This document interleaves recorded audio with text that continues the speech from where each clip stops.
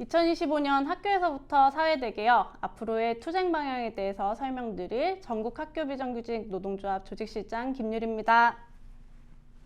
이야기 들어가기 앞서서 조합원님들은 윤석열 정권 3년 어떠셨나요? 저는 세 가지 장면이 생각나는데요. 윤석열이 대파를 들고 있네요. 이때 당시 사실은 대파 한 단에 5,000원, 양배추는 한 통에 8,000원씩 하면서 장바구니 물가가 고공행진하던 때였습니다. 근데 윤석열 대통령은 대통령 의전을 받으면서 할인 행사를 하고 있던 하나로 마트에 가서 할인 행사 중이던 875원짜리 대파를 보며 참 합리적인 가격이구나, 이렇게 해야 서민들이 잘 살겠구나, 이런 말도 안 되는 막말을 내뱉었었죠. 사실은 노동자들, 농민들, 서민들이 어떻게 생활하고 있는지는 전혀 관심 없이 자기 의전에만 신경 쓰는 모습을 보면서 모든 국민들이 함께 분노했던 기억이 납니다. 두 번째 사진은 윤석열 대통령이 취임 초기부터 건폭을 뿌리 뽑겠다, 폭력 불법행위 뿌리 뽑겠다 라고 이야기하면서 건설노동조합의 정당한 조합 활동을 마치 폭력배의 행위인 것처럼 규정했었죠. 그러면서 5천여 명이 넘는 조합원들이 수사를 받고 간부들이 구속되는 사태까지 벌어졌었습니다. 노동조합의 활동이 마음에 들지 않는다는 것을 이유로 폭력배로 몰아가고 사법 권력을 이용해서 노동조합의 활동을 무력화시키려고 했었던 사건이었죠. 결국은 건설 노동자였던 양회동 열사는 윤석열 대통령의 건폭몰이에 윤석열 없는 세상을 만들어 달라는 유언을 남기고 사나이 가셨습니다.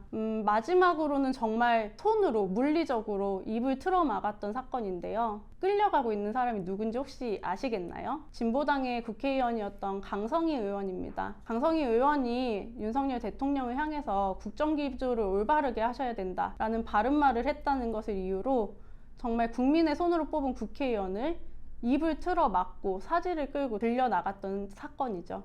자신과 다른 이야기는 전혀 듣지 않겠다라고 했던 윤석열의 3년의 모습을 압축적으로 보여주고 있는 것이 아닌가 싶습니다. 사실은 이렇게 3년 동안 아무와도 소통하지 않고 자신만의 왕국을 건설했던 윤석열 정권은 결국은 12월 3일 내란을 일으켰죠. 평화롭던 12월 3일 밤에 갑자기 비상계엄이 선포되었다고 해서 모두들 가짜뉴스 아니야? 라고 생각하셨을 텐데요. 실제 그때 국회에 나갔을 때는 장갑차가 도로에 서 있고 하늘에는 헬기 소리가 귀를 울렸습니다. 군인과 시민들이 엉켜서 국회는 정말 아수라장이었죠. 마침 이때 우리 민태호 위원장님은 경찰서에서 유치장에 구금되어 있던 상황이었어요. 교육부 장관을 만나게 해달라는 요청에 연행으로 대응했던 교육부를 규탄하고 있던 상황에서 정말 12월 3일 계엄은 우리 모두에게 정말 아찔한 날이 아니었나 싶습니다. 결국 국회를 통해서 계엄이 해제되긴 했지만 국민들에게 씻을 수 없던 상처를 줬던 시간이라고 생각합니다. 지금의 3년이 다 모여서, 지난 3년이 모여서 비상계엄까지 나아간 건 아닌가, 이런 생각이 듭니다. 이렇게 좀 어수선한 정세 속에도 저희는 공공부문 비정규직 단위의 최대 총파업을 성사시켜냈습니다. 12월 6일 윤석열 퇴진의 구호를 걸고 세종대로를 꽉 채웠던 우리 조합원 선생님들의 모습을 볼 수 있네요. 국민들은 국회로 모여들었고 국회는 결국 윤석열 대통령의 탄핵소추안을 가결시켰습니다. 12월 14일 탄핵소추안 가결로 우리는 정말 이제는 윤석열 없는 세상에서 살 수 있겠구나 생각했었죠. 근데 14일이 지나고 다음 해가 되고 그 다음 달이 돼도 윤석열 정권의 내란은 끝이 없었습니다. 3월 8일 윤석열은 구치소에서 나와서 두 손을 번쩍 들고 지지자들을 향해 손을 흔들었습니다. 마치 투쟁에서 승리하고 돌아온 사람 같았죠. 그 와중에 3월이면 선고가 나겠지, 3월 중순이면 선고가 나겠지, 3월 말에는 선고가 나겠지, 하염없는 기다림이 끝이 없었습니다. 사실은 이때 그냥 기다리지 않았습니다. 학교 비정규직 노동자들은 1월 18일 전국 학교 비정규직 노동자 대행진으로 올겨울 가장 추웠던 겨울날 서울 고용노동청에서 광화문까지 학교 비정규직 노동자들이 윤석열 퇴진 구호를 목소리를 높였습니다. 3월 27일에는 윤석열 파면을 촉구하면서 총파업도 진행했었죠. 역사적인 4월 3일 민주노총의 광장 대의원 대회는 윤석열 파면되지 않으면 온 세상을 멈출 것이라고 세상에 경고했습니다. 그렇게 우리 손으로 피청구인 대통령 윤석열을 파면한다는 8대0 윤석열 파면을 만들어냈습니다. 정말 윤석열 없는 세상이 됐구나. 이제는 새로운 세상으로 갈 수 있겠구나 생각했는데 정말 그럴까요? 내란 세력은 여전히 우리 곁에 남아 있습니다. 서부지법 폭동 사태가 그 첫 시작이었다는 생각이 들어요. 대한민국 사법부를 불을 지르려고 했고 유리창을 깨고 경찰 방패를 뺏어서 휘두르는 모습을 보면서 정말 이제는 전쟁이 벌어지는 건 아닐까? 정말 내란이 생기는 건 아닐까? 많은 사람들이 우려를 넘어 경악을 했던 날이었습니다. 최근에 있었던 한 정당의 대선 후보 경선 과정은 더 가관이었습니다. 사실상 윤석열 대통령의 아바타라는 한덕수 전 국무총리, 지금은 내란범으로 수사받고 있죠. 그 국무총리가 대통령을 하겠다고 나서고 있는 상황에서 날치기 대통령 후보 선출로 국민들을 또다시 경악하게 했습니다. 1,000원 낸 한덕수가 3억 낸 김문수를 물리쳤다는 우스갯소리가 나올 정도였죠. 서부지법 사태가 최근에 1심 판결이 난 건 알고 계신가요? 주동자들은 1년 6개월에서 1년을 선고받았다고 합니다. 사법부를 무너뜨리려고 했던 사람들에게 1년 6개월이라는 형이 정말 정당한 걸까요? 사법부의 내란 색동은 여전히 끝나지 않고 있습니다. 그런 시기에 우리 광장은 어땠는지를 한번 볼까요? 2015년 박근혜 촛불을 기억하시나요? 2015년 박근혜 촛불 당시에는 박근혜 퇴진 요구 외에는 다른 요구들이 사실은 좀 터부시됐던 경향들도 있었죠. 그러나 2025년 응원봉 광장은 어땠습니까? 모든 사람들이 깃발을 들고 피켓을 들고 그렇게 투쟁에 나섰습니다. 저는 여기서 주목해야 될 게 노동자들의 투쟁, 장애인들의 투쟁, 농민들의 투쟁, 성소수자들의 투쟁, 광장을 채웠던 모든 시민들의 목소리를 다 함께 외쳤던 날들이었다고 생각이 들어요. 제도를 바꾸고 사회를 바꿔나가야겠다는 광장의 목소리는 여전히 현재 진행 중입니다. 우리의 목소리는 그럼 우리가 내야겠죠. 그래서 4월 21일 우리 학교비정규직 연대회의는 정부 청사 앞에서 단식 농성에 돌입했었습니다. 학교에서 시작하는 사회 대개혁을 준비했던 거죠. 당일 경찰들은 그 땡볕에도 천막을 치겠다는 노동자들을 막아섰습니다. 많은 경찰들이 물리력으로 천막을 뺏어갔었죠. 결국 천막도 없이 우리 전국 학교비정규직 노동조합의 민태호 위원장님은 11일 동안 땡볕과 폭우와 찬바람을 맞으며 노숙 농성을 진행해야 했었죠. 그럼 우리가 이렇게 열흘 넘게 천막도 없이 땡볕과 폭우 속에서 만들고자 했던 세상은 무엇일까요? 첫날부터 많은 말벌 동지들이 연대와 주셨어요. 그 중에서 기억에 남는 건 오늘 급식으로 어떤 메뉴를 먹고 왔다 한 고등학생, 그리고 급식 먹은 지 4,067일이 되었다는 고등학생이 밥하는 노동자들이 밥을 굶는다고 하는데 우린 급식 맛있게 먹으니 밥값 해야 된다라는 얘기를 했었습니다. 우리가 바라는 세상이 이런 세상 아닐까 싶어요. 우리의 노동이 그 가치가 인정되는 그런 세상 말입니다. 많은 국회의원들도 연대로 답했습니다. 특히 고민정 의원은 직접 간담회를 통해서 학교급식 노동자들의, 학교 비정규직 노동자들의 어려움이 무엇인지를 직접 청취했었죠. 결국은 이주호 장관과 그 대정부 질의를 통해서 급식실의 적정 인력이 어느 정도가 맞는지에 대해서 연구 용역에 착수하겠다는 답을 이끌어냈습니다. 수많은 연대와 우리의 끈질긴 투쟁으로 결국 민주당 1호 정책협약으로 학교비정규직 연대회의가 정책협약을 맺었는데요. 이 정책협약을 통해서 새 정부는 학교급식법을 개정하고 학교급식 종합대책안을 마련하겠다. 그리고 임금체계 개편과 방학 중 무임금 대책을 마련하겠다는 약속을 이끌어냈습니다. 그걸 결국은 끌어내는 힘은 앞으로의 우리의 투쟁에 달려 있다고 생각합니다. 그래서 2025년 학비노조는 상반기에 디딤돌을 마련하고 하반기에 결실전을 승리하기로 했는데요. 어떠신가요?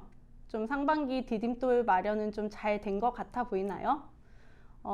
사실은 여러 연대와 우리의 끈질긴 투쟁이 정책 협약을 이끌어내고 많은 시민사회단체 그리고 연대 단위를 묶어내는 힘을 키울 수 있게 했던 투쟁이라고 생각합니다. 우리가 이렇게 승리할 수 있었던 비결을 저는 몇 가지 좀 꼽아보면, 첫 번째로는 학교 비정규직 노동조합이 윤석열 퇴진 투쟁에 가장 앞장에서 투쟁해 왔던 것에 시민들이 연대와 지지를 해왔던 것이 가장 크다고 생각합니다. 12월 14일에 탄핵 어묵, 1월 18일에 학교 비정규직 노동자 대행진까지 큰 투쟁들 뿐만 아니라 매일 저녁 집회, 아침 선전전까지 어딜 가나 분홍조끼가 보였다고 합니다. 실제로 SNS에는 투쟁 자리에서는 분홍조끼를 쫓아다니면 된다, 이런 농담이 나왔을 정도라고 합니다. 처음 나가는 광장에 어색하고 사람도 많은데 분홍조끼 옆에 가면 핫팩도 주고 간식도 준다더라. 이런 시민들의 지지가 우리의 투쟁을 더욱 풍성하게 했던 비결이 아닌가 싶습니다. 두 번째는 진보당과 학교 비정규직 노동자 국회의원 정혜경 의원을 꼽을 수 있을 것 같은데요. 한남동의 그 추웠던 겨울날 인간 키세스 장면을 만들어냈던 사진입니다. 사실 진보당이 국회 내에서 학교 비정규직 노동자 얘기를 정말 많이 하셨다고 해요. 특히 정혜경 의원은 학교 비정규직 노동자들의 학교 급식법 개정을 위해서 교육위 의원들을 만나고 그 자리에서 고민정 의원이 실제로 정혜경 의원이랑 정말 친하다, 학교 급식 노동자들에 대해서 많이 이해하게 되었다라는 이야기를 할 정도입니다. 국회 내에서 국회의원의 입으로 우리의 목소리를 이야기할 수 있는 기회가 생긴 것, 그 자체가 두 번째 승리 비결이 아닐까 싶습니다. 마지막으로는 17만 학교 비정규직 노동자들을 한 대로 묶은 가장 최대의 규모 10만 학교 비정규직 연대회의가 함께 투쟁에 나선 것이 그 세 번째 승리의 비결이 아닌가 싶습니다. 2019년 이후에 한 6년여 만에 공동 투쟁을 성사시켜낸 건데요. 10만의 학교 비정규직 노동자들이 함께 뭉칠 수 있다, 이런 걸 보여줬던 자리가 이번 상반기 투쟁 과정이었다고 생각합니다. 자, 그럼 우리에게 이제 남은 것은 무엇일까요? 몸바쳐서 만들어낸 대선 투쟁 승리, 학교 비정규직 의제를 이젠 어떻게 관철할 것인가, 그리고 하반기 총력 투쟁의 결실을 어떻게 조직적 성과로 만들 것인가, 이 두 가지 질문에 대해서 우리 함께 답을 찾아 나갔으면 좋겠습니다. 첫 번째 관문은 대선이었습니다.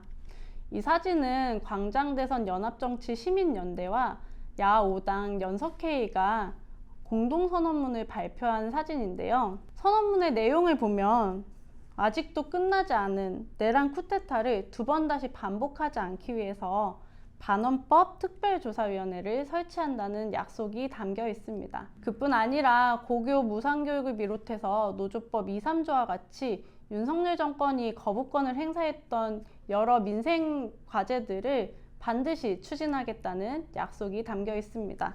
결선 투표제 도입이나 국민 참여형 개헌 같이 우리의 기본권과 개헌의 문제들도 반드시 임기 내에 하겠다고 약속하고 있습니다. 특히 우리랑 관계가 있는 것은 사실 노동관계법 적용의 사각지대가 해소되고 국제적 수준으로 노동기본권이 보장되면서 일하는 사람들이 안전하고 건강하게 일하고 쉴 수 있는 권리를 보장하는 과제를 실현하기 위한 사회대개혁위원회의 논의가 남아 있는데요.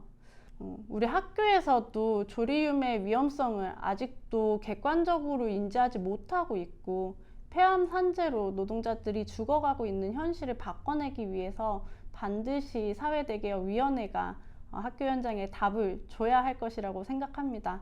이 약속이 현실에서 실현되게 하려면 어떻게 해야 될까요? 쳐다만 보고 있으면 안 되겠죠. 결국은 우리가 투쟁으로 쟁취해내야 합니다. 그래서 우리 현장을 한번 같이 돌아봤으면 좋겠어요. 최근에 있었던 대전의 모 학교의 현장 투쟁 이후에 그 현장에 근무하던 노동자들의 손이 찍혀 있는 사진입니다. 급식실이 멈추자 일그러진 얼굴이 드러났다는 기사 제목에서도 알 수 있듯이 우리 학교 현장의 노동이 많이 가려져 있었던 현실을 우리 투쟁으로 알려낸 것이죠. 반면에 이런 기사도 있습니다. 굳은 일 싫다면서 급식 로봇에는 반대하는 조리사들이 있다. 마치 우리의 노동이 AI에 대체될 수 있는 노동인데 불합리하게 급식 로봇은 반대하고 있는 것 같이 이야기하고 있습니다. 사실은 우리의 노동에 대해서 두 가지 시선은 여전히 존재하고 있습니다. 준법 투쟁으로 학교와의 갈등이 커진 모 학교에서는 학부모들이 반대 피켓팅을 하는 일까지도 벌어지고 있다고 합니다. 우리의 노동 현장이 어떤지, 우리가 어떻게 일하고 있는지, 계란 1000개를 까야 되는 노동, 오렌지 800개를 까야 되는 노동, 20kg가 넘는 트렌치를 들고 날라야 되는 노동, 그것으로 손이 다 휘고 관절이 퉁퉁 붓는 그런 노동이라는 걸 사실은 학교 현장을 제외하고는, 아니 학교 현장 내에서도 우리를 제외하고는 잘 모르는 것처럼 느껴지기도 합니다. 결국은 우리가 투쟁으로 우리의 목소리를 더 알려내야 합니다. 사실 여전히 학교 현장은 결혼에 씨름하고 있습니다. 이건 사람이 할 일이 아니라고 절규가 터져나오고 있습니다. 민태호 위원장님은 마치 70년대 여공같이 일하고 있다라고 이야기할 정도로 학교 현장의 급식실 결혼 문제는 굉장히 심각한 상황입니다. 폐암으로 13명의 사망자가 발생하고 140여 명의 폐암 산재 노동자들이 여전히 투병 중인 학교 현장. 결국은 시민이 뽑은 최악의 살인기업의 1위는 시도교육청이 차지했습니다.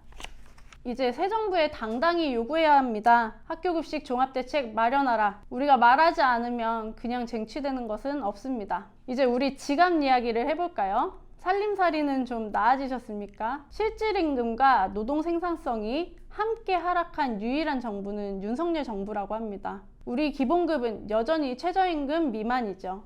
실질임금도 하락하고 기본급도 최저임금 미만이고, 그럼 물가는 좀 안정됐을까요? 장바구니 물가는 조금 안정됐다고 발표되고 있습니다. 근데 사실은 생활물가는 그렇게 낮아지지 않았어요.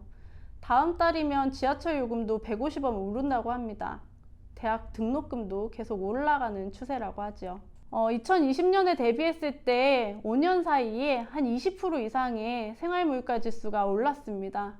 특히 일반 소비자들이 자주 구입하는 품목에 있어서는 그 인상폭이 더 크다고 합니다. 최저임금보다 낮은 기본급, 그마저도 방학 중엔 다 나오지도 않습니다. 이제는 정말 바꿔야 하지 않을까요? 동일가치노동, 동일임금이라는 얘기 들어보셨나요? 같은 일에 노동을 하면 같은 임금을 받아야 한다는 너무 당연한 이야기죠. 국회에서도 입법화를 추진하고 있다고 하죠. 그러나 국회에서 입법화를 추진하면 그냥 끝나는 걸까요? 법을 통과시키는 것도 우리의 투쟁에 달려 있습니다. 최근에 저연차 공무원들의 이직률이 굉장히 높아졌다고 하죠. 그래서 정부에서는 구급 저연차 공무원들의 임금을 큰 폭으로 올리고 있습니다.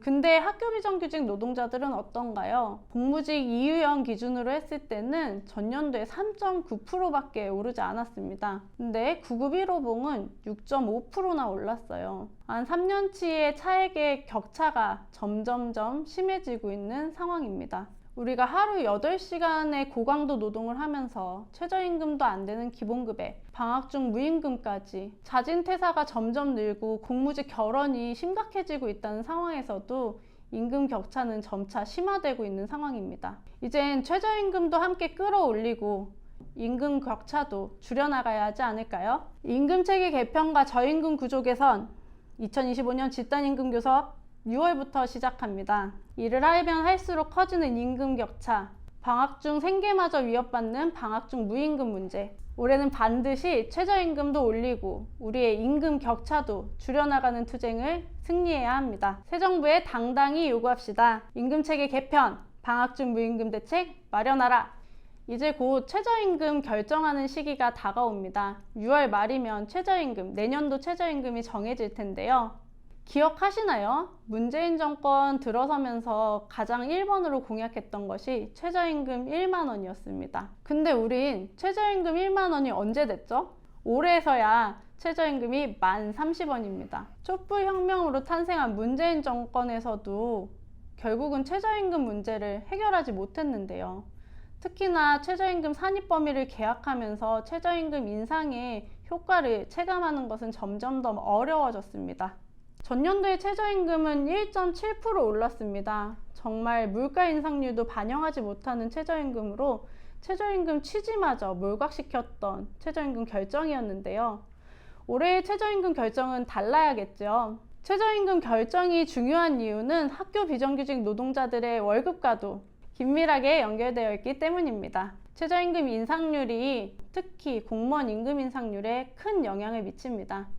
공무원 임금 인상률은 또다시 학교 비정규직 임금 인상률에 결정적인 영향을 끼치겠죠. 그래서 최저임금 인상 투쟁이 중요합니다. 우리의 임금 차별이 해소될 수 있도록 학교급식법이 만들어질 수 있도록 6월 28일 전국 학교 비정규직 노동자 대회를 개최합니다. 전국의 학교 비정규직 노동자들이 모두 모여 6월 28일 대회 승리합시다. 이번 스승의 날에 서귀포 여자고등학교의 학생들이 그려준 그림입니다.